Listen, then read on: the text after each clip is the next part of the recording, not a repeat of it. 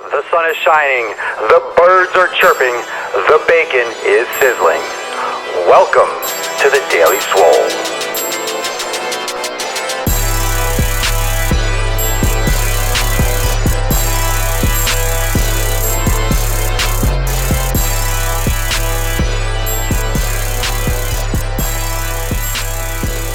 Welcome, everyone, to episode 174 of The Daily Mother Swole. Episode 174. Can your beard sing? Maybe it can. Maybe it can. I would be surprised if it didn't. Talk about the most important exercise, the most important abdominal, the most important abs, however you want to say it, the most important core, the most important midsection, the most important ab exercise that you can do that you're doing wrong.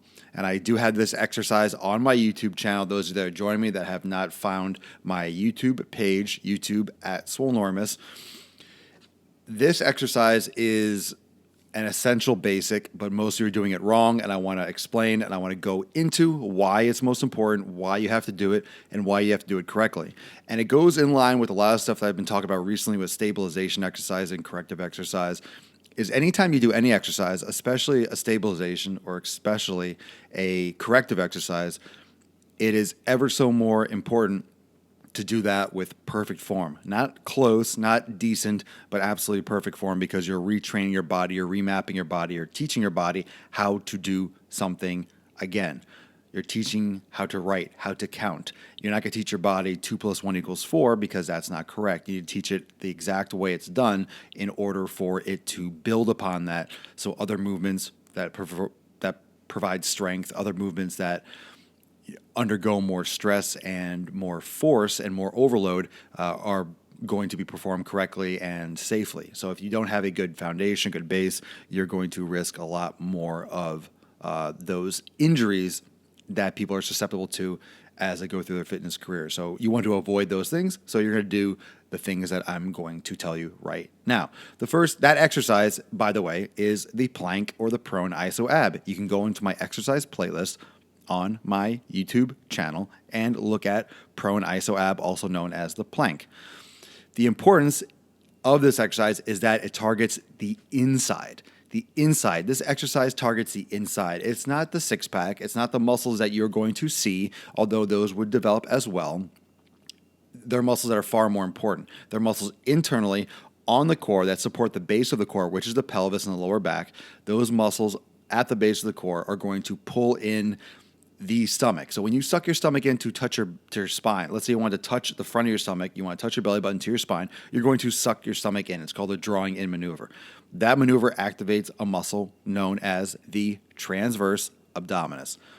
That muscle is a natural belt in your body. It's a natural belt, and it surrounds your lower back. It attaches to your lower spine, and it wraps around the front like a weightlifting belt that people wear in the gym.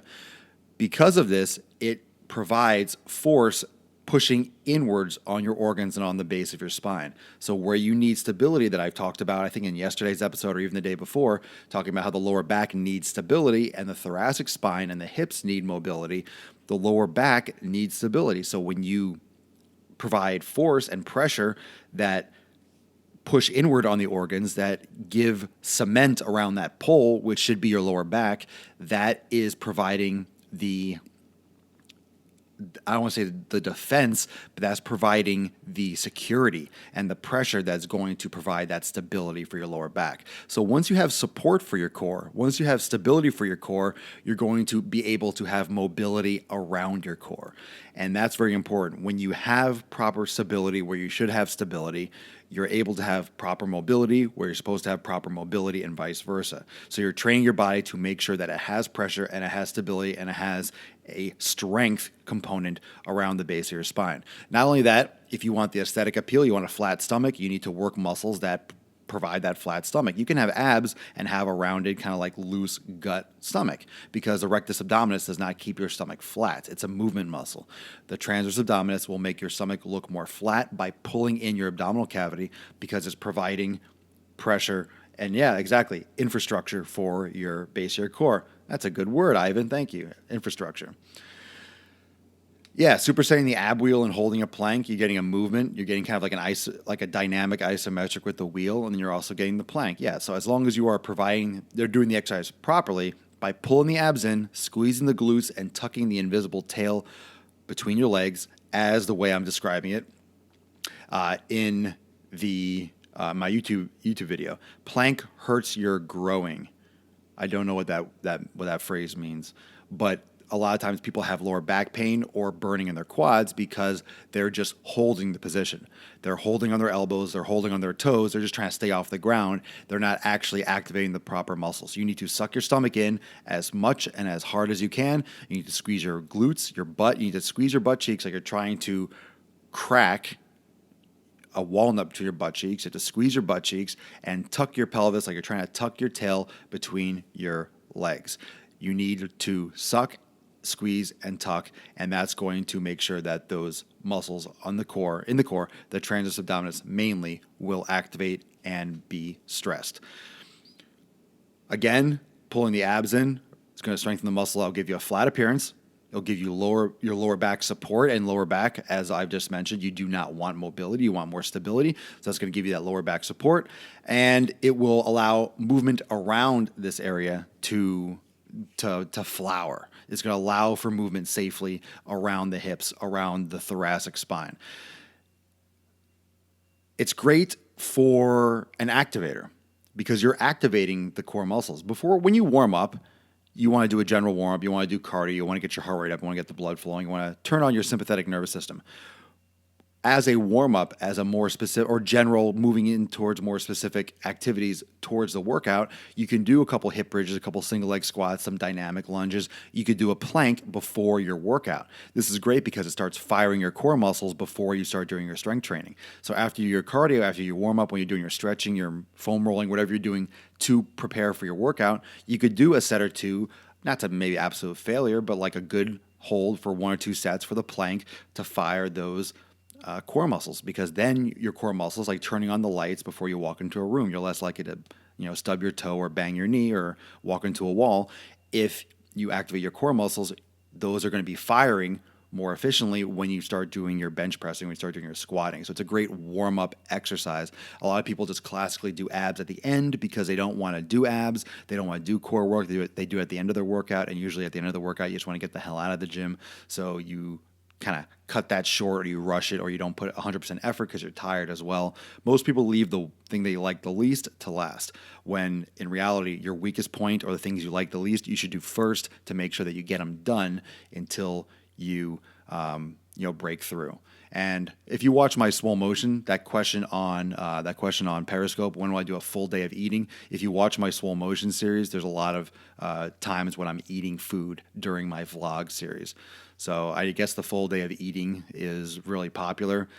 Sometimes I'm not eating that much, so it doesn't seem that interesting to me. But if there's a lot of interest in seeing a full day of eating, I can definitely do that. But then again, some people might go try to eat what I eat and not get the same results that I already have or that I'll get. And I guess I'll be hearing about that. So yeah, if people want to see a full day of eating, then start going on my YouTube or come on and start, giving me some suggestions, or start repping saying, hey, I want to see this one, the other, on Snapchat or on YouTube in the comments or on Instagram. Definitely put it out there. And if enough people want to see that, then that's something that I will definitely consider filming. And I'll just do a couple days or a full day of just what I'm eating throughout the day. That's fine. So if there's interest in that, I am up for it. And aside from the activator, the last point I want to come across or get into is that anyone can do the plank. I could talk about squats, and not everyone could do a barbell squat. Not everyone has access to a squat bar. A lot of people have issues or pains. Most everyone can do a plank because it can be done on the ground. And if you can't get up off the ground, or you're not that mobile, you could do a plank on the edge of a bed where your arms are on the bed so you're elevated. You could do it against a chair. You could do it against the arm of a sofa. Anyone could do a plank. You could do it from your knees if you're very, very weak. You could do it. There's so many different capacities in which you can perform a plank. You could do it from your toes. You could do it from your knees. The most important thing is that you're from your knees to your spine or to your shoulders is the new foot to the shoulder, so to speak. So if you're going to drop your knees to the ground, you have to keep the same form as you would as if your knees were off the ground. So if you put your knees on the ground, your knees are the new it's a new endpoint, it's a new contact point. So you're pretty much pretending like you have a shorter body. So if your feet were on the ground, everything's flat. If your knees are on the ground, everything is still aligned properly. So you want to make sure you keep the same form. You don't want your lower back to arch too much, stomach sucked in, glutes are squeezed, glutes are tucked, the whole proper form position. And also for the plank, you want your elbows directly under your shoulders. You can move your arms a little bit more in front of your shoulders, your elbows further forward. It's more challenging, but it's very hard to say that to people that might not be doing it properly to begin with. So unless you have a perfect plank and it's been confirmed, I would be hesitant to start moving your elbows further forward. It does get a little bit more, let's say, lat and rotator cuff involvement, teres major, and some other, long head of the triceps. To get some other muscles involved, it's not really necessary. It does make it more challenging, but it's called like an extended plank. I like to call it an extended plank. So you can do an extended plank. Just make sure you've mastered the other one first and can do at least a minute, minute and a half, maybe even 2 minutes of a solid plank hold to begin with. You can also just make a standard plank more challenging by raising one leg a couple inches off the ground and switching every 5 or 10 seconds, or doing 30 seconds with one leg resting and doing 30 seconds with the other. So you could do a single leg plank. There are other ways to make it more unstable. So instead of just adding weight, I know a lot of people just like to, you see on Instagram, you see a lot of bullshit on Instagram. One of the things I'm seeing more and more of, or it seems like everything is getting more inundated, is people keep on doing these circus activities and circus tricks and this ninja crap that you keep seeing. And I think a lot of people are getting this confused for exercise and for fitness. So it's okay, it's great if you can climb a pegboard and do pull-ups. I mean, it's just not really, like, what's the point? Most people want something that's completely different from that style of training. It looks fun, it's popular, and people go and do that, and they start getting tendonitis, start getting injuries, and they don't get the physical results that they want. So really, when you do that kind of ninja stuff, you're going to be skinny, you're going to be slender, you're not going to have necessarily a lot of muscle tone. It's a completely different it's completely different style of training. So understand, in addition to what I'm talking about here, you need to make sure that you're training for the goal that you want. So don't get too fancy with your ab training. Don't get too fancy off the bat. Unless you're more advanced and you've been hammering the basics, you're also not going to have the stability or the joint structure or the joint integrity to start doing any of that plyometric crazy jumping around. And a lot of people get hurt. What you don't see on Instagram are all the injuries and the tendonitis and the pulled muscles and the broken bones and the sprained wrists from doing all this fancy stuff. So just make sure that you are using logic with your training, as you're not competing. So you don't have to go out there and compete every time you train. That's not how you want to train. You want to train to build. You're not training for a Super Bowl. You're not playing a Super Bowl every time you go to the gym. You're training, you're preparing yourself for your aesthetic appeal, your muscular balance, decreasing pain, whatever it is, but you're training for something. Don't go and work out and do this CrossFit workouts and these things where you're trying to get records all the time. Don't go to the gym and don't go work out trying to set new goals or new records all the time, because you lose sight of form, you lose sight of what the true purpose of training is. And if it's always a competition, there's no off season. That's how people get hurt. And when you're trying to do things faster, when you're trying to do things heavier and always go up, or less time, you rush things, you cut corners, and you get hurt. So this plank exercise, doing it properly as an activator, as a stabilizer, doing it well is going to be essential as a basic exercise and a basic foundation for all of your workouts, for all of your core activities, for all your ab work, for your structural integrity, preventing injury, and just longevity. So it's a really important exercise. It's really important that you do it right. And if you missed any part of this, rewatch this episode, listen to the podcast. Remember, live on Facebook, Periscope, and Busker. And also you can find all these episodes on YouTube at Swolenormous. And you can also listen to all these episodes that are hugely popular on SoundCloud, iTunes, and Stitcher. So it's also a podcast. You can look me up, soundcloud.com/Swolenormous. That app is available for Android and for iOS, and also on iTunes. You can listen to Daily Swole on iTunes. So make sure, and Stitcher, if anyone uses that app. So you can find this everywhere. You can listen to it, you can watch it, and you can watch it live. So I'll stay for a few minutes after on Facebook for a few minutes, and definitely Periscope. If you have any questions relating to what we just talked about today or anything, if no one has any questions on that, you can throw out a couple more. Thank you for joining me for episode 174 of the Daily Swole. I'll catch you on Instagram, Snapchat, everywhere else, on my Facebook page at Swole, Facebook.com/Swolenormous. Some of you already found me through there. So thank you for joining me, and I will see you tomorrow at 12 noon Eastern Time for episode 175. 5. Peace out and enjoy the rest of your Thirsty Thursday. Drink your water. It's good advice.